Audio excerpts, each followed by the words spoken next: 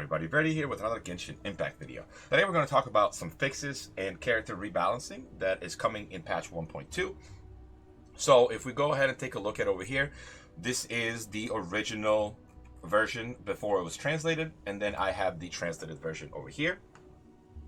So the first thing that I'm going to say is there's a disclaimer here. The above changes are in final testing. More adjustments are underway and will be deployed step by step with 1.2. Regarding further changes to Zhongli, travelers, please pay attention to our later announcement. Thank you, travelers, for your continued support. So pretty much all of these changes are going to take effect. It might not happen right away when 1.2 comes out, but it's definitely in the works. So first thing, Mona Dash. Now she won't enter unique dash on tap and will run like other character. Only after 0.5 seconds of pressing dash will she enter unique dash. So this is going to make her dash move a little bit easier to use, because people are currently getting stuck sometimes. With Klee, we have a raised trajectory of normal attack bombs. Now bombs can fly further. This is really nice because Klee already has a very decent range on her bombs. This is pretty much going to make it so that way you can stay out of range of attacks like, for example, the ice slimes, breath, and things like that. So we're going to be able to stay out of range and still do DPS, which is going to be really nice for Klee. A child change here. So when Tartaglia child is in melee mode and uses plunge attack, he will switch to bow and perform plunge. This will change to bow mode and put melee on cooldown. I don't necessarily think that I needed this. I honestly like the fact that I couldn't use the charge attack sometimes because I don't want to go to bow mode. But it was kind of weird pressing the attack button and not getting a plunge attack. So this is definitely not a necessary change, but I guess it is nice that he can perform a plunge attack just like all the other characters. Zhongli, when performing long hold E Jade Shield, it will not raise his currently active Jade Shield. Number 5, removed auto-targeting of certain characters' skills. Examples given, Anima Traveler Burst will not always fire in the direction the traveler is facing. However, Anima Traveler skill will keep auto-target. Currently testing an option where all skills have settings to turn on/off auto-targeting. This is an awesome change. Sometimes the Anima Traveler fires out the tornado at the one enemy, even though you're looking at a group of enemies that you want to put into the tornado. So this is an awesome change. And honestly, if they do the auto-targeting on/off for all skills, that's going to be very, very nice. So some catalyst issues here. So fixed issues where catalyst users could not transition to normal charge attacks after using elemental skills.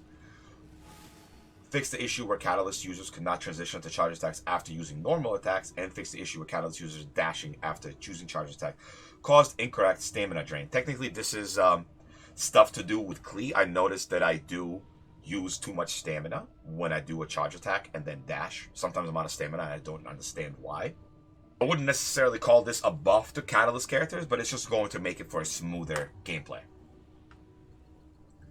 Number 9, change fall down button when climbing to the attack button. So instead of X on PC, it will be left click.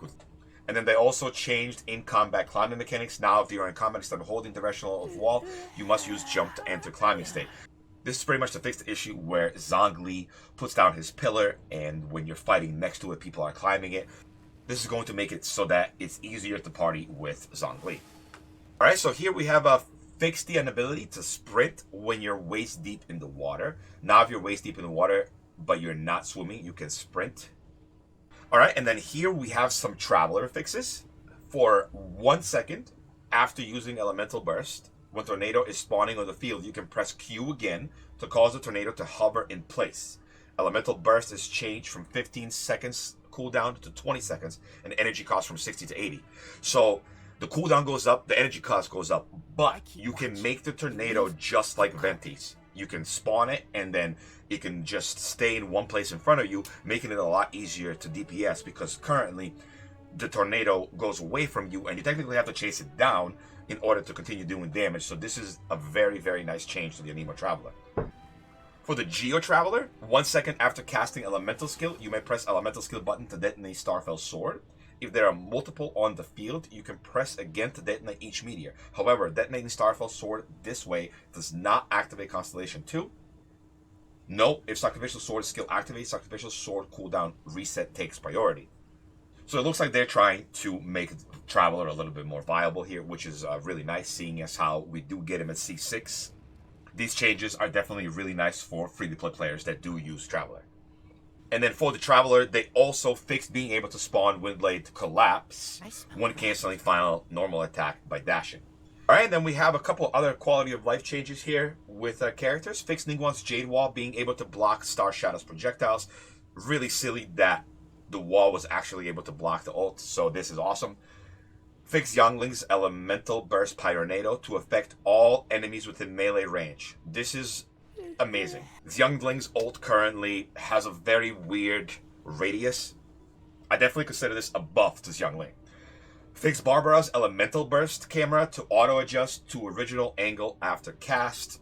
This is awesome because for some reason, if you're facing forward and you cast Barbara's ult and you keep holding forward, you're going to start moving the other direction. It's really annoying. I'm glad that they're changing this.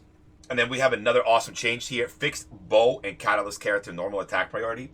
Example, when Fischl and Oz fight Electrocystin mages, then normal attacks will prioritize attacking the Electrocystin mage herself, and not the little bugs that the System mage spawns. Now, character elemental skills cooldown display on characters off field. Now, a light will be shown beneath their elemental burst icon, cannot be pressed. With their elemental skill goes on cooldown, the light will disappear. Cool quality of life change. Then we have a shield hit points display. When a character obtains an elemental shield, hit point bar will now change the color of the element of the shield. Max hit point display will not change, but current hit point display will now show current hit points plus shielded amount. If multiple shields are active, we'll show the amount of the highest, strongest shield. I'd say this is a nice change because it kind of adds to survivability. Seeing when your shield might deplete will technically give you a warning on when you should be recasting your shield in order to not take damage. And then lastly here, we have two quality of life changes. Characters can now change spoken language on character screen. Now travelers can experience all 4 languages at once. When in co-op mode, there will be a light placed at the host character's feet. This way you will know whose world you're in. This is cool, but unnecessary. I feel like that there's other things that they should be working on when it comes to co-op and the quality of life in co-op. This is the information that I have for now. If I find something else, I'm going to go ahead and make sure to let you guys know.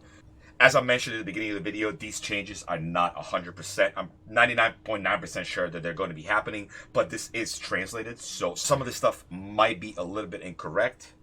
But as far as I know, this information is accurate. I hope you guys find this information helpful. If you do, please leave a like and subscribe. That's going to do it for today's video. See you guys in the next one. Peace.